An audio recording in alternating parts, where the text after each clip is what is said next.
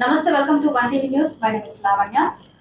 ఏపీలో రాజకీయాలు వేడెక్కుతున్నాయి, ప్రచారాలు జోరుగా సాగుతున్నాయి. ఇందులో భాగంగా మనం ఆంధ్రప్రదేశ్ లో కాకినాడ జిల్లా జగ్గంపేట ప్రాంతంలో ఉన్నాము. మనతో పాటు ఉన్నారు టీడీపీ ఎమ్మెల్యే జ్యోతుల నెహ్రూ గారు. నమస్కారం. టీడీపీలో ఆరంభం నుండి ఉన్నారు కదా సార్ మీరు, అన్నట్టు అనేక కారణాల వల్ల మీరు పార్టీ మారాల్సి వచ్చిందా? జనరల్ గా ఎన్టీఆర్ అభిమాని ఆ రకంగా తెలుగుదేశం పార్టీకి ఆకర్షితుడయ్యాను.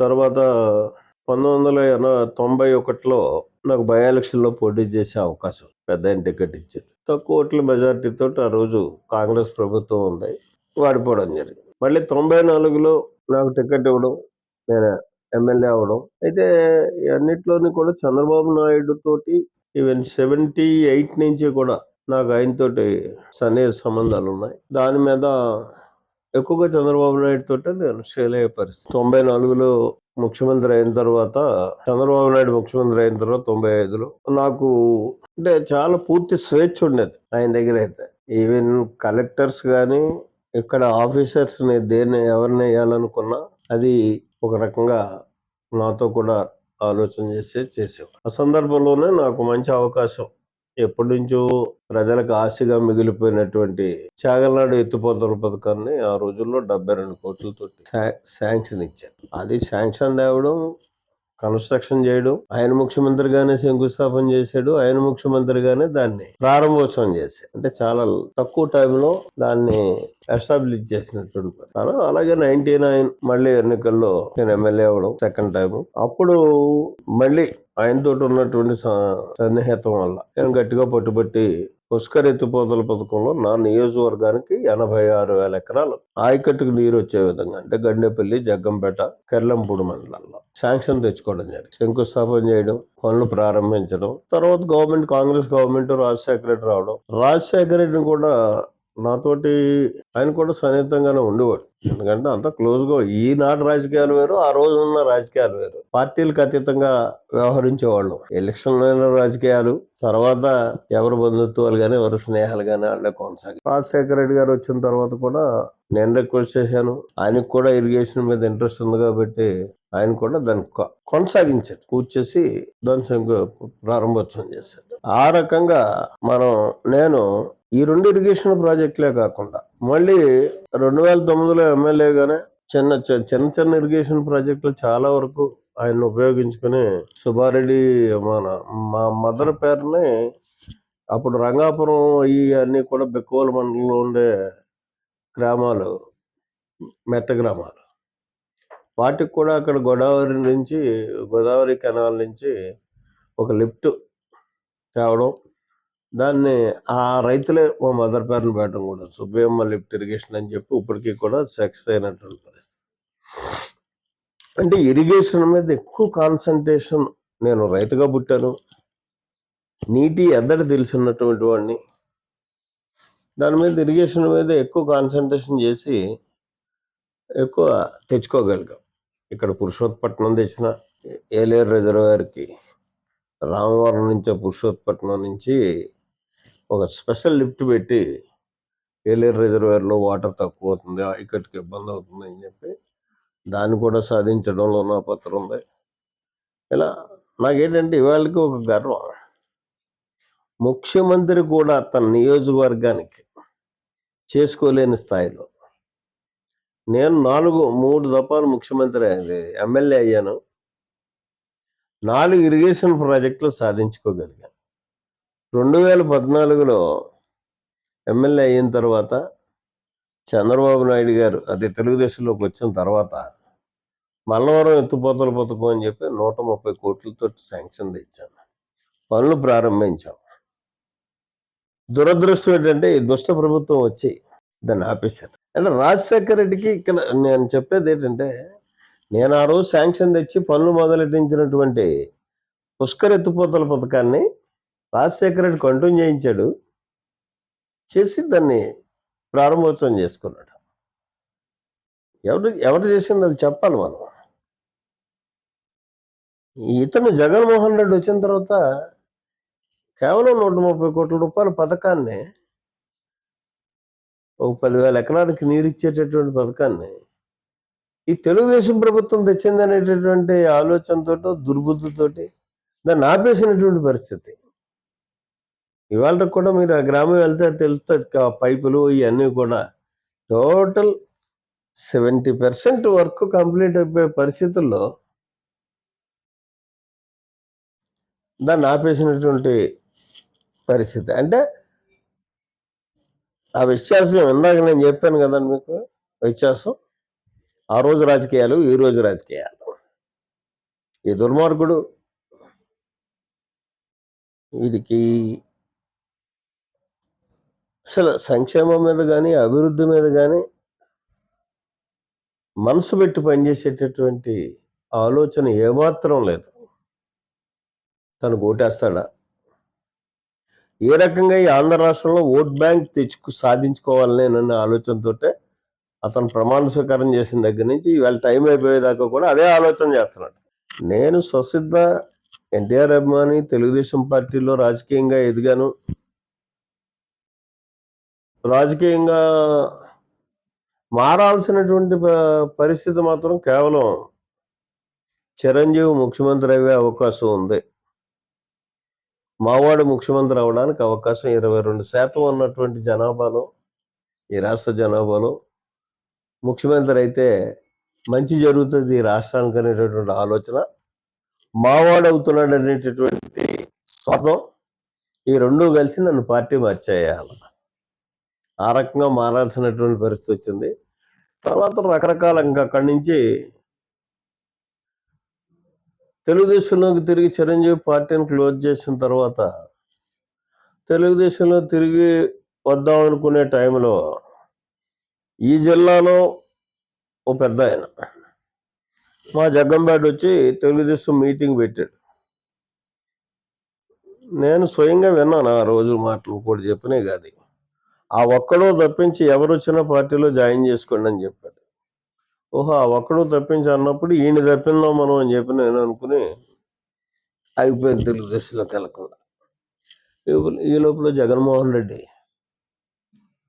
పార్టీ పెట్టాలనే ఆలోచన రావడం, ఆయన దాన్ని పిలవడం, పిలిచి నన్ను రిక్వెస్ట్ చేయడం, ఇక్కడే పార్టీ కూడా ఇవన్నీ కూడా అలా అనుకోకుండా జరిగిపోయినటువంటి పరిస్థితి. మనసు ఎక్కడున్నా రాజకీయ పరిస్థితులు ఇక్కడ వదిలి అక్కడ పనిచేయాల్సినటువంటి పరిస్థితి వచ్చింది. అయితే నేను ఆశించాను, జగన్మోహన్ రెడ్డి తన తండ్రి పేరు చెప్పి కావాల్సిన సంపాదించుకున్నాడు, తరతరాలు సరిపడిన రాష్ట్రాన్ని సంపాదించాడు కదా. ఇవి నేను అన్నది కాదు, ఆయన స్వయంగా నాతో అన్నటువంటి మాట. ఇక మనం కరప్షన్ చేయాల్సినటువంటి పని లేదు, రాజకీయాలని ఒక స్వచ్ఛతతో కూడుకున్నటువంటి రాజకీయాలు చేద్దాం అన్నా. అందుకు నీలాంటి వాళ్ళందరినీ కూడా నేను ఎంచుకుంటున్నాను. నువ్వు నాకు సహకరించాలని అడిగాడు ఆ రోజు. నేను నమ్మాను.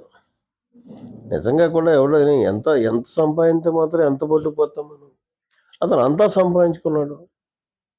ఇక ఇతను చేసేది ఏదన్నా ఉన్నట్టయితే ఈ రాష్ట్రానికి ఉపయోగపడతాడు, సర్వీస్ చేస్తాడు, రాష్ట్రాన్ని అభివృద్ధి చేస్తాడనే ఆశ నాకు కలిగింది. ఆ రకంగానే నేను ఆయనతో ప్రయాణం చేయడం జరిగింది. 2014లో ఎలక్షన్ వచ్చింది, నేను నెగ్గాను. అక్కడ కూడా నన్ను ఒక స్థాయిలో గౌరవించినటువంటి పరిస్థితి. అక్కడ కూడా డిప్యూటీ ఫ్లోర్ లీడర్గా పెట్టుకున్నాడు. అక్కడ ఒక రకంగా చెప్పాలి అనుకుంటే ఎవరికి స్వేచ్ఛ లేదు మాట్లాడుకోవడానికి. ఆ స్వేచ్ఛ అన్నది నాకు ఒక్కడికే ఉండేది. ఎందుకంటే నేను ఏది ఆశించేవాడిని కాదు కాబట్టి ఖచ్చితంగా తప్పు అయితే తప్పు అని చెప్పేవాడిని, రైట్ అయితే రైట్ అని చెప్పేవాడిని. కొన్ని పరిస్థితుల్లో అతని నిర్ణయాలను కూడా ఆగు అంటే ఆగే పరిస్థితి కూడా ఉండేది. అయితే అతనిలో ఉన్నటువంటి స్వాభావికంగా ఉన్న మనస్తత్వాన్ని మాత్రం నేను తట్టుకోలేకపోయాను. అసలు అతనికి ఎవరైనా తన తర్వాతే. ప్రతి మనిషిలోనే సహజంగా ఉంటుంది అది. కానీ అయితే హద్దు ఉంటుంది దానికి. హద్దును తప్పి వ్యవహరించే తీరులో బయటకు రావాల్సినటువంటి పరిస్థితి వచ్చింది. ఇంకా ఎంతకంటే లోతుగా చెప్పాల్సినటువంటి పరిస్థితి భావ్యం కాదు. ప్రజారాజ్యానికి వెళ్ళడానికి గల కారణం కేవలం మావోడి ముఖ్యమంత్రి అవుతాడు. ఈ రాష్ట్రంలో 22% ఉన్నటువంటి జనాభా కలిగినటువంటి సామాజిక వర్గం, ఆ సామాజిక వర్గం నుంచి ఒక ముఖ్యమంత్రి అయితే ఒక బలమైనటువంటి ప్రభుత్వం ఏర్పడుతుంది. ఆ ఏర్పడడం వల్ల మంచి జరుగుతుంది ఈ రాష్ట్రానికి అనేటటువంటి ఆలోచన. రాజకీయ అంటే ప్రస్థానంలో ఎన్నో ఒడిదుడుకులు వచ్చాయి అంటే మీరు ఎలా ఎదుర్కొంటున్నారు? నాకు రాజకీయంగా అన్ని ఒడిదుడుకులతోటే నేను రాజకీయాల్లో ఉన్నాను. 81లో సమితికి పోటీ చేసిన దగ్గర నుంచి ఇప్పుడు ఈ ఆటుపోట్లు ఒడిదుడుకుల్ని భరించుకుంటూ, దీనికి అంతటికీ కారణం ఏంటంటే బలమైనటువంటి క్యాడర్ నా వెనకాల ఉండడం. ఇన్ని ఆటుపోట్లని, ఇన్ని ఒడిదుడుకుల్ని కూడా నేను తట్టుకుని ఈ 42 సంవత్సరాలు నేను రాజకీయాల్లో రాణించగలిగానంటే గెలుపు ఓటములతో సంబంధం లేకుండా అది ఒక బలమైనటువంటి శక్తి నాకు క్యాడర్. ఆ క్యాడర్ ఉండడమే దానికి కారణం. అంటే వైసీపీ పార్టీ వీడడానికి మీ అబ్బాయి జిల్లా పరిషత్ చైర్మన్ మీకు అంటే మంత్రి పదవి ఆశ చూపించి చంద్రబాబు నాయుడు గారు అంటే చేర్పించుకున్నారని గతంలో వైసీపీ నాయకులు ఆరోపించారు. అది నిజమేనా? 100% నిజం. ఇందులో అబద్ధమే లేదు. నాకు మంత్రి ఇస్తానన్నాడు. అంటే చంద్రబాబుకి నాకు ఉన్న అనుబంధం వల్ల ఒకటి నేను పార్టీ మారడానికి కారణం, 2 నియోజకవర్గ డెవలప్మెంట్ కూడా నేను 2 ఇయర్స్లో ఏమీ చేయలేకపోయాను. ఇవన్నీ నాకేం చెప్పు డెవలప్మెంట్ కావాలి, అది అక్కడ చేయలేకపోతున్నటువంటి పరిస్థితి ప్రతిపక్షంలో ఉంది. పోరాటం చేద్దామన్నా స్వేచ్ఛ లేదు అక్కడ. ప్రతిపక్షంలో పోరాటం చేసి కూడా అభివృద్ధిని చేయొచ్చు, ఆ స్వేచ్ఛ లేదు. ఈ అన్నింటినీ దృష్టిలో పెట్టుకుని రెండవది ఏంటంటే చంద్రబాబు నాయుడు నువ్వు నాకు కావాలి, నిన్ను మంత్రి చేస్తాను, నేను మంత్రిగా నాకు అవసరం, ఆ 2 జిల్లాల్లోనే నీ రోల్ ఉండాలి అని చెప్పి అడగడంలోనే నేను ఈ 3 ఆటలని దృష్టిలో పెట్టుకుని నేను ఆ రోజు పార్టీ మారడం జరిగింది. ఏ కారణాంతరాలు ఎప్పుడో నన్ను తెలుగుదేశం పార్టీలో మంత్రిగా అతను తీసుకోలేకపోవడానికి ఏ కారణం, అదే కారణం మళ్ళీ ఇక్కడ యాక్ట్ చేసింది. ఆ కారణంగానే మళ్ళీ ఆయన ఇవ్వలేకపోయాడు. కానీ తిరిగి నువ్వు నాకు ఎందుకు ఇవ్వలేదని మాత్రం నేను అడగలేదు. ఎందుకంటే అడగకపోవడానికి గల కారణం కూడా మనం అప్పుడే 4-5 సార్లు ఇస్తాను అని ఇవ్వలేనటువంటి మనిషిని మళ్ళీ ఇస్తాడు అని నమ్మి రావడమే తప్పు. ఇంకా దాన్ని అడగవసరం లేదు.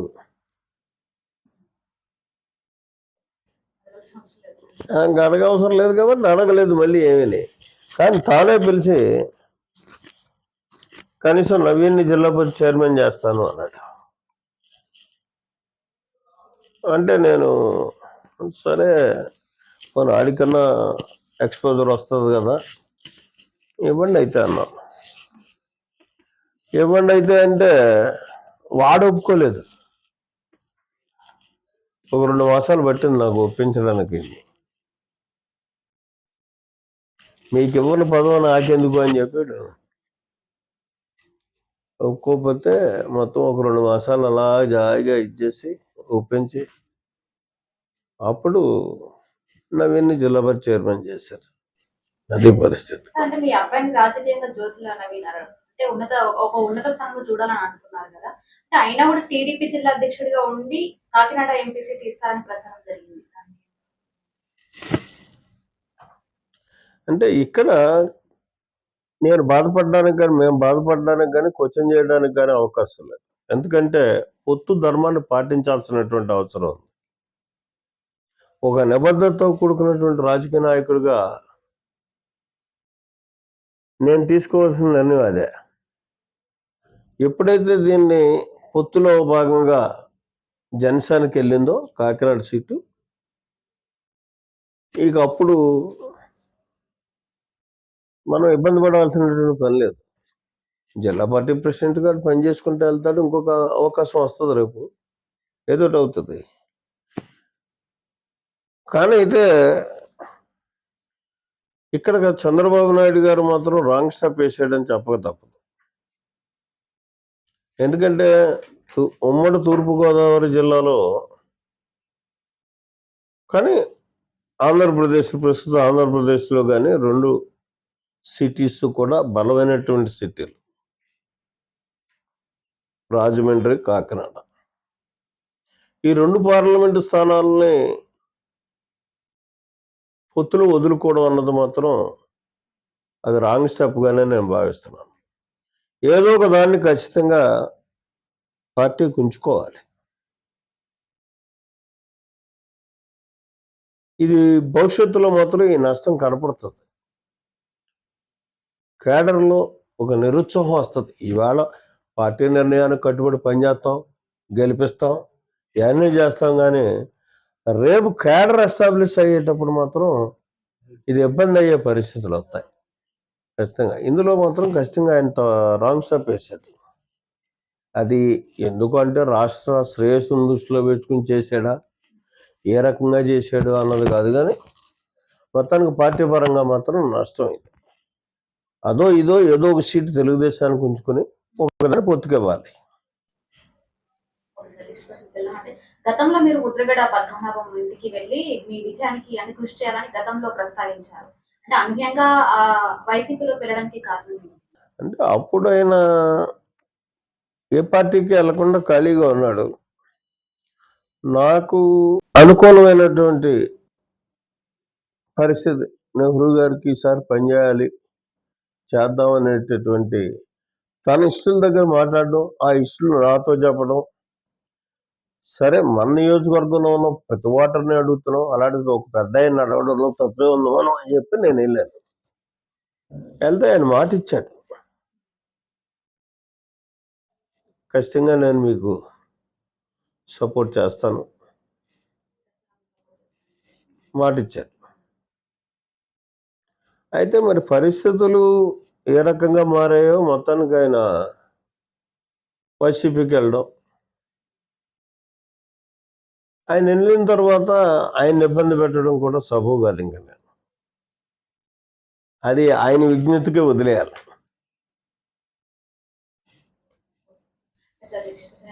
టీడీపీ, బీజేపీ, జనసేన కూటమిలో భాగంగా అంటే జనసేనలో కొందరు అసంతృప్తితో ఉన్నారు. మళ్ళీ కలుపుకొని ఏ విధంగా ప్రచారం ముందుకు వెళ్తున్నారు? ఎక్కడ మీరు అనేది మా కాన్స్టిట్యున్సీనా పరిమితమయ్యా? ఇక్కడ జనసేన అసంతృప్తిగా ఉన్నది అన్నది ఎమ్మెల్యే అభ్యర్థిత్వాన్ని ఆశించిన వ్యక్తికి అసంతృప్తం తప్పించి జనసేన కేడర్కి ఎక్కడా కూడా అసంతృప్తి లేదు. ఎందుకంటే నేను ప్రతి ఒక్క కేడర్ని కూడా ప్రతి గ్రామం వెళ్ళి కలిశాను. తెలుగుదేశం కేడర్ని వాళ్ళని కలిసి సమైక్యంగా ఒక సమావేశం పెట్టి వాళ్ళందరికీ కూడా వాళ్ళు ఒక నమ్మకం కలిగించి ఇవాళ నాతో ప్రచారంలో మాత్రం అందరూ సహకరిస్తున్నటువంటి పరిస్థితి ఉంది. మరి ఎలా చేయగలుగుతున్నాడో ఏటో నాకైతే అర్థం కాని సమస్య. ఎవరు ప్రాద్బలం ఉందా వెనకాల ఉందో కూడా అర్థం కావట్లేదు.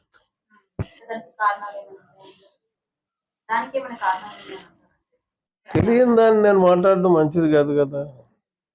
నాకు ఏదైనా ఖచ్చితంగా తెలిస్తే ఇది అని చెప్తాను, నిక్కచ్చి కొండ బాధలు కూడా చెప్తాను, అందులో అనుమానమే లేదు. అంటే నాకు తెలీదు, కానీ అతని స్థితి ఆ స్థాయి కాదు. స్థాయిని మించి ఆయన చేయగలుగుతున్నాడు అంటే దానికి వెనకాల బలమైన శక్తి ఏదో సపోర్ట్ ఇస్తుంది. అది ఎవరో అన్నది మాత్రం నాకు తెలియదు. టీడీపీ 6 గ్యారెంటీల పథకాలపై ప్రజలకి ఏ విధంగా తీసుకెళ్తున్నారు? ఇక్కడ ఆయన ప్రకటించిన దగ్గర నుంచి సూపర్ సిక్స్ పథకాలు ఏ అయితే ప్రకటించాడో రాజమండ్రిలో, ఆనాటి నుంచి కూడా ఆ నెలలోనే స్టార్ట్ చేసాం. మహిళా శక్తి ద్వారా ఈ కార్యక్రమాన్ని ఒక 15 మంది టీము ప్రతి గ్రామం పర్యటించారు.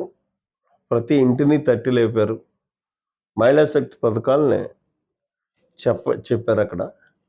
మళ్ళీ సెకండ్ టైం కూడా ఇప్పుడు అదే మహిళా శక్తి ఆ పథకాలన్నింటినీ తీసుకుని వెళ్తుంది. కానీ మా గ్రామం, మా కాన్స్టిట్యున్సీలో ఇవాళ ప్రచార చారణలు చూసుకోవాల్సి వస్తే నేనైతే చాలా సంతృప్తిగా ఉన్నాను. అంటే ఇందాక చెప్పాను, నా క్యాడర్ బలంతో నేను ఈ స్థాయిలో ఉన్నానండి. ఇవాళ క్యాడరు ఇవాళ బీసీ గళం అని చెప్పి, సారీ దళిత గళం అని చెప్పి వాళ్ళకి జరిగినటువంటి నష్టాన్ని ఒక ప్యాంప్లెట్ వేసుకుని చంద్రబాబు నాయుడు రేపు ప్రభుత్వం వస్తే, ఎన్డీఏ ప్రభుత్వం ఏర్పడితే ఏం జరుగుతుందో ఈ దళిత సామాజిక వర్గానికి అన్నదాన్ని ప్రచారం చేసుకుంటూ రోజు వాళ్ళు వెళ్తున్నటువంటి పరిస్థితి ఉంది. అలాగే బీసీ సప్లాన్ ఏదైతే డిక్లరేషన్ ఇచ్చాడో, బీసీ డిక్లరేషన్, ఆ బీసీ డిక్లరేషన్ కూడా బీసీ వర్గాలు అలాగే మహిళా శక్తి వెళ్తుంది, యువగళం వెళ్తుంది. ఏదైతే లోకేష్ గారు యువగళాన్ని ఆదర్శంగా తీసుకునే కార్యక్రమం చేసుకుంటూ వచ్చాడో దాన్ని మేము కంటిన్యూ చేస్తున్నాం. ఇక్కడ యువగళం ద్వారా ఈ సమాజానికి ఉపయోగపడేటటువంటి కార్యక్రమాలు తెలుగుదేశం ప్రభుత్వం వస్తే ఏం చేస్తుంది, ఎన్డీఏ ప్రభుత్వంతో ఏంటి అన్నదాన్ని కూడా, దానికి కూడా సెపరేట్ ఒక ప్యాంప్లెట్ వేసి ఇక్కడ స్థానికంగా ఉన్న సమస్యలను ఏటిని పరిష్కారం చేయగలిగితే ఈ నియోజకవర్గం అభివృద్ధి చెందుతుందన్న అంశాలను కూడా ప్రామాణికంగా పెట్టుకుని ఇవాళ ప్రచారం చేస్తున్నటువంటి పరిస్థితి ఉంది. పార్టీ ఇచ్చే ప్రతి కార్యక్రమాన్ని కూడా ప్రచార సరళ దళాల కింద ఏర్పడి ఆ దళాలు ఇవాళ రోజు కూడా ప్రచారానికి వెళ్తున్నాయి. ప్రచారానికి వెళ్తూ ఇది ఒకవైపు. ఇంకా ఫ్యామిలీ పరంగా నేను మా నవీను డోర్ టు డోర్ చేస్తున్నాడు. మా కోడలు లక్ష్మీదేవి డోర్ టు డోర్ చేస్తుంది. నా కూతురు సునీత డోర్ టు డోర్ చేస్తుంది. అంటే క్యాడరు ఒక రకంగా ప్రచారం చేసుకెళ్తున్నా, కుటుంబం నుంచి కూడా నేను వెళ్ళినట్టుగా భావిస్తారు అని చెప్పేసి ఈ ముగ్గురు కూడా చేస్తున్నటువంటి పరిస్థితి ఉంది. ఇది కాక నేను రోడ్ షో చేస్తున్నాను. అంటే రోజు 2-3 విలేజ్ రోడ్ షో చేస్తాం సాయంత్రం చేసి. మార్నింగ్ సెక్షన్ అంతా ఇలా మీలాంటి ముచ్చరించడం, వచ్చే వాళ్ళతో మాట్లాడుకోవడం, ఇవన్నిటిని అరేంజ్ చేసుకోవడం, ఇది పరిస్థితి.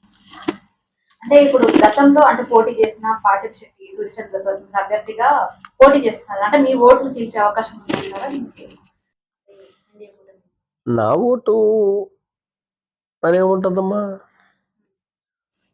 ఇక్కడ 2,20,000 ఓట్లు ఉన్నాయి. గతంలో సూర్యచంద్రకు 10,000 దరిదాపుగా వచ్చాయి, నాకు 70,000 వచ్చాయి.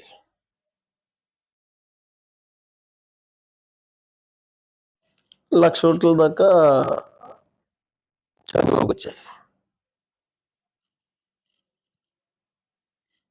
5 చంద్రబాబు కాదు, 70 నాయి కాదు, 10 సూర్యచంద్రే కాదు. పొలిటికల్ సెనీరియో రకరకాలుగా మారుతుంది. ఈ మారినటువంటి పరిస్థితుల్లో ఇవాళ నాకు రాజకీయంగా ఉన్నటువంటి అనుభవం రీత్యా చూసుకున్నట్టయితే సుమారు ఎవరికి ఎన్ని ఓట్లు పడతాయి అన్నది కాదు, కానీ నాకు పడే ఓట్లు నేను చెప్పగలను. నేను తిరిగినటువంటి పరిస్థితుల్లో వాతావరణాన్ని బట్టి చూసుకున్నా, నేను పర్సనల్గా చేయించుకున్నటువంటి సర్వేలు కానీ, బయట ఉన్నటువంటి ఇంటెలిజెన్స్ సర్వేలు కానీ, పార్టీ చేసినటువంటి సర్వేలు కానీ బేసిక్గా తీసుకుంటే నాకు 1,00,000 ఓట్ల నుంచి 1,20,000 ఓట్ల దాకా పడే పరిస్థితి ఉంది.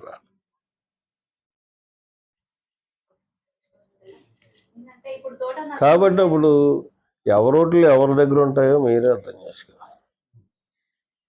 ఇప్పుడు తోట నరసింహం పైన మీరు ఓటమి చవి చూస్తారా సార్? అంటే ఈసారి కూడా మీరు ఏమవుతుంది? తోట నరసం పైన ఓటమి నేను చవి చూడడం ఏముందా? మీరు ఇక్కడ క్యాల్కులేట్ చేయాల్సింది ఏంటంటే 3 సార్లు తోట నరసింహం గారు నేను ఇక్కడ పోటీ పడ్డాం. 3 సార్లు అంటే ఒకసారి ఎంపీ అయినా, స్థానిక శాసనసభ్యుడిగా పనిచేసి మంత్రిగా చేసి ఎంపీగా పోటీ చేస్తే ఆయన ఈ నియోజకవర్గం గెలిచాడు ఎంపీ. కానీ ఈ నియోజకవర్గంలో 16,000 ఓట్లు రమారమి మైనస్లో ఉన్నాడు.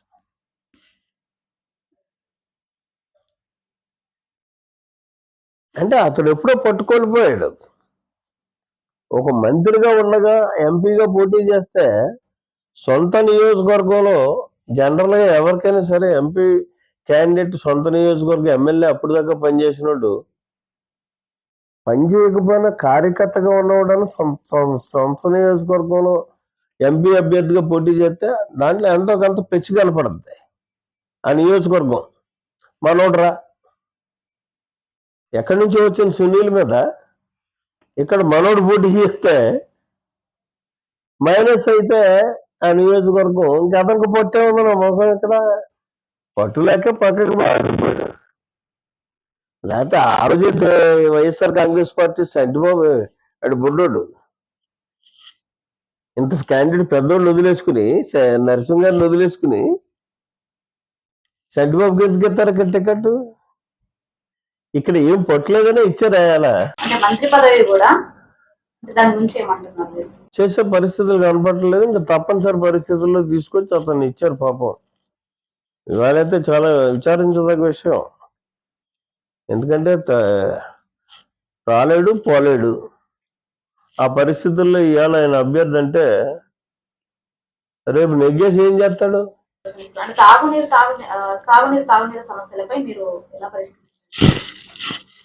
తాగునీరు సాగునీరు సమస్యల మీద పరిష్కరించడం కూర్చొని ఉత్పన్నం కాదమ్మా అది. ఎందుకంటే నేను రాజకీయాల్లోకి వచ్చిందే దానికోసం.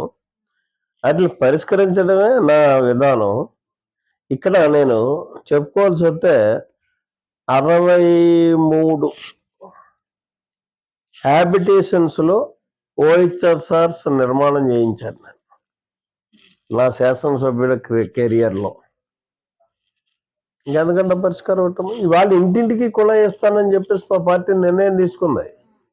దాన్ని ఖచ్చితంగా మొట్టమొదటి నేనే చేస్తాను. ఎందుకంటే దాని మీద పార్టీ ప్రభుత్వం ఎప్పుడైతే దాని మీద ఇంట్రెస్ట్ చూపెట్టిందో దాన్ని ఉపయోగించుకునేటటువంటి అలవాటు సామర్థ్యం నాకు ఉన్నాయి. కాబట్టి రేపు ప్రతి పార్టీ ప్రకటించినటువంటి ఇంటింటికి కుళాయి అనే దాన్ని బాధ్యత తీసుకుని ప్రతి ఇంటికి కుళాయి ఇస్తాను. ఇంకా అందుకంటే తాగునీరు గురించి ఇక తాగునీరు గురించి అంటారా, ఆల్రెడీ ఎస్టాబ్లిష్ అయి ఉన్నాయి. అయితే ఈ ప్రభుత్వం యొక్క అసమర్థత వల్ల వాటిని నిర్వహణ లోపాల వల్ల పడకేసి ఉన్నాయి. కాబట్టి వాటన్నింటినీ కూడా మళ్ళీ పునర్నిర్మాణం చేయించుకుని 70% ప్రతి ఎకరానికి కూడా నా నియోజకవర్గంలో నీరిచ్చేటటువంటి బాధ్యత నేను తీసుకుంటాను. ఇప్పుడు ఉమ్మడి రాష్ట్రంగా ఉన్నప్పుడు కూడా అంటే మీ కాన్స్టిట్యుయెన్సీ కి ఎన్ని ఇరిగేషన్ ప్రాజెక్ట్స్? ఉమ్మడి రాష్ట్రంలోనే నేను చాగల్నాడు, పుష్కర, పురుషోత్తపట్నం ఈ 3 ఇరిగేషన్, అదిగాక సుబ్బయ్యమ్మ లిఫ్ట్ ఇరిగేషన్, ఇవన్నీ కాక ఏలేరు ఆధునీకరణ ఫస్ట్ పేజ్ నా నియోజకవర్గంలో తెచ్చినటువంటి పరిస్థితి. అంటే మీరు మంత్రి పదవి ఇస్తారంటే వద్దన్నారంట కదా, అంటే ఎందుకు ఇరిగేషన్ ప్రాజెక్ట్ సాధించారంట కదా, ఏంటి ఆ ప్రాజెక్ట్? అంటే నాకు ఇక్కడ ఒకటమ్మా, ఆ రోజుల్లో వయసు ఎప్పుడైనా చేసుకోవచ్చు, ఏముంది. కానీ శాశ్వతమైన పరిష్కారం స్వాతంత్ర్యం వచ్చిన దగ్గర నుంచి ఎన్నికల నినాదంగా మిగిలినటువంటి శాఖలను పూర్తి చేసుకోవాలి. అది ఇస్తే నాకు మంత్రి వద్దన్నాను. మా నాయకుడు తెలివైనడు కాబట్టి వీడికి ఇదేద్దాం, వీడిని పక్క పెడదాం అని చెప్పేసి అని అనుకున్నాడు. అనుకుని చాగల్లా నాకు ఇచ్చాడు. మా అంతరవుడు పెద్ద ఆయన మెట్ల సత్యనారాయణ గారికి ఇచ్చినట్టు. ప్రతి ఎక్స్పెన్షన్లోని కూడా ఫస్ట్ నా పేరు చర్చకొస్తుంది. ఆయన ఆమోదిస్తాడు, టిక్కెట్టుకుంటాడు. పోర్ట్ఫోలియో దాకా కూడా డిసైడ్ చేసేసిన రోజులు ఉన్నాయి. మరి పరిస్థితులు ఆయన ఎందుకు అలా అడ్డుకుంటున్నాయో ఏంటో నాకైతే అర్థం కాదు. ఈసారి మాత్రం తప్పగా ప్రజలందరూ ఆశిస్తున్నారు. కానీ ఎందుకో నాకు కూడా ఈసారి చంద్రబాబు నాయుడు కావాలని నన్ను తీసుకుంటాడని అనుకుంటున్నాను. అంటే క్లిష్ట పరిస్థితులు కాబట్టి ఎప్పుడు కూడా క్లిష్ట పరిస్థితుల్లో నన్ను ఉపయోగించుకోవడం ఆయనకి తెలుసు, ఎలాగ ఉపయోగించుకోవాలి. ఆ పరిస్థితులు చూసే అవకాశం ఇవ్వచ్చు. జగ్గంపేట ప్రజలకు మీరు ఏం చెప్తారు? మీ టీవీ ద్వారా ఈ ఎన్నికల సందర్భంలో రేపు జరిగేటటువంటి 13వ తారీఖున జరిగేటటువంటి ఎన్నికల్లో మళ్ళీ నేను అభ్యర్థిగా పోటీ చేస్తున్నాను. ఇది తెలుగుదేశం, జనసేన, బీజేపీ ఉమ్మడి అభ్యర్థిగా.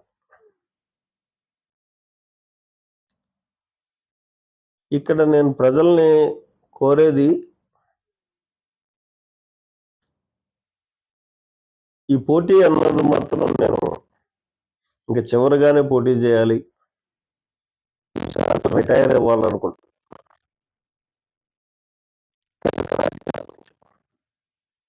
అసలు మొన్నే అవ్వాలనుకున్నాను, కానీ చిన్న ఆశ ఇంకా మిగిలిపోయింది. ఆ ఆశ ఈ ప్రాంతానికి 4 సమస్యలను పరిష్కారం చేసి చిరస్థాయిగా జగ్గంపేట నియోజకవర్గ ప్రజల మనసుల్లో స్థానం చిరకాలంగా కూడా ఒక ముద్ర వేసుకోవాలన్నది నా ఆశ. ఆ 4 కూడా పూర్తి వివరాల్లోకి పోదలుచుకోలేదు. ఒకటి, సాగునీటి సమస్యని పునర్వ్యవస్థీకరించడం. రెండోది, ప్రతి సామాన్యుడికి కూడా కార్పొరేట్ స్థాయి వైద్యం అందే విధంగా ఒక మల్టీ నేషనల్ హాస్పిటల్ని ప్రభుత్వ ప్రైవేటు భాగస్వామ్యంతో ఏర్పాటు చేసి ప్రతి సామాన్యుడికి కూడా లక్షలు ఖర్చు పెట్టే వైద్యాన్ని అందుబాటులోకి తెచ్చివ్వడం ఫ్రీగా. మూడోది, విద్య. ఇవాళ మా నియోజకవర్గంలో చూసుకుంటే అంతంత మాత్రం డిగ్రీ కాలేజ్ ఒక్కటే ఉంది. దీన్ని పీజీ దగ్గర నుంచి, పాలిటెక్నిక్ దగ్గర నుంచి, ఐటీఐ దగ్గర నుంచి అన్ని బ్రాంచులతో కూడుకున్నట్టు ఇంజనీరింగ్, అలాగే మెడికల్ కాలేజ్, నర్సింగ్ కాలేజ్, ఈ అన్నిటికంటే ప్రధానమైనటువంటి వృత్తి విద్య నైపుణ్య ట్రైనింగ్ సెంటర్స్, ఇవన్నీ కలగలుపుగా ఒకే ప్రాంతంలో ఒక విశ్వవిద్యాలయంగా జగ్గంపేట కోడలి ప్రాంతంలో పెట్టాలి, దాన్ని తేవాలి అనేటటువంటి ఆశ ఉంది. ఈ 3 కాకుండా ఈ మూడింటిని సాధించగలిగినప్పుడు నిరుద్యోగ సమస్య ఇప్పటికే చాలా ఎక్కువగా ఉంది మా ప్రాంతంలో. నేను ఉదాహరణకి ఎంతో హైదరాబాద్ వెళ్తే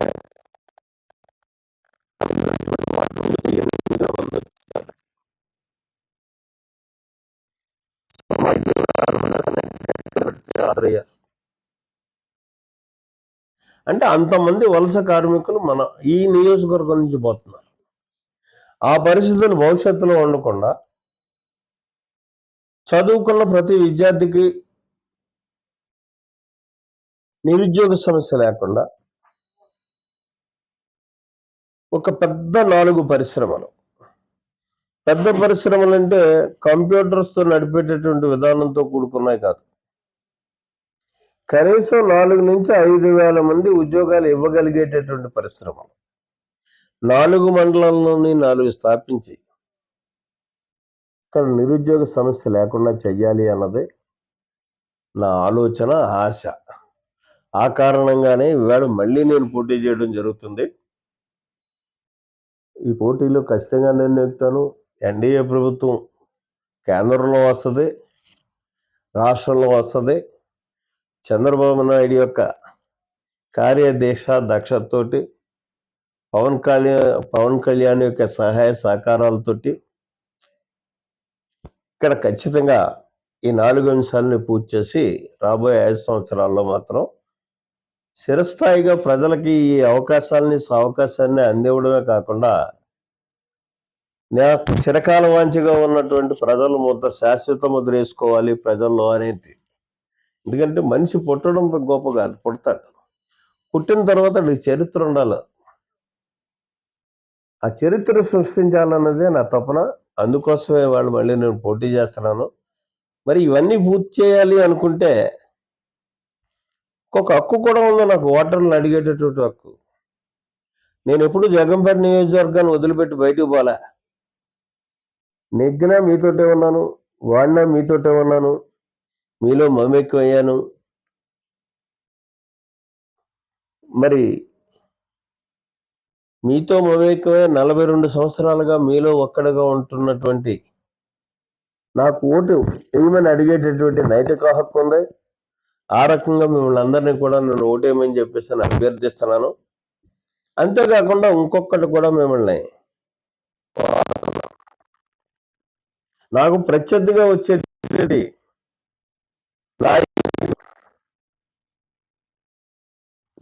ఎంతవరకు ఉన్నాడో ఒకసారి ఆలోచన చేయాలి.